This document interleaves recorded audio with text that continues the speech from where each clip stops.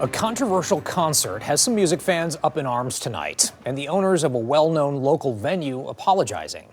Good evening, and thank you for joining us tonight at 11. I'm Mike Duffy. Harpos Concert Theatre on Detroit's East Side was set to host a black metal show that allegedly featured neo-Nazi bands. But the venue claims they didn't know this information until the show had already began. 7 News Detroit reporter Brett Cast spoke to the owners, concerned music fans, and both the Detroit Fire and Police departments to learn what happened Saturday night. Brett? Well, it's been hosting concerts on the east side of Detroit for decades, but an event at Harpos over the weekend ended with DPD responding to threats made against the show. The owners are now apologizing after some of the bands are alleged to be tied with neo-Nazis.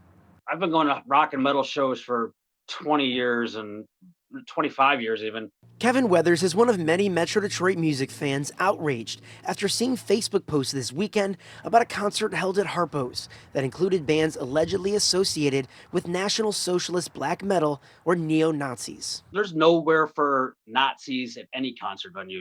They're not welcome. You're not going to be welcome anywhere. There's no place for your hate anywhere. The owners of Harpos shared a lengthy statement online apologizing for hosting the show. They spoke to me over the phone, saying they only learned about the alleged Nazi ties after getting phone calls during the event. Nothing really seemed any different than a normal metal concert. I mean, no one, like you said, there wasn't like symbols everywhere. There wasn't people doing anything. And I was the one bartending, so, I mean, obviously I am black, nobody was treating or acting any different towards me. Harpos owner Roosevelt Stevanowski says he feels manipulated by the promoter who booked the 7 bands on the lineup. He asked Roosevelt not to promote the show online, only giving out the show's location to those who bought tickets. It was kind of a red flag to me, but I didn't think too much of it. As soon as he learned the allegations, Roosevelt says he shut down the show during the second band. But DPD also tells us when they responded, they ordered Harpos to close over licensing violations.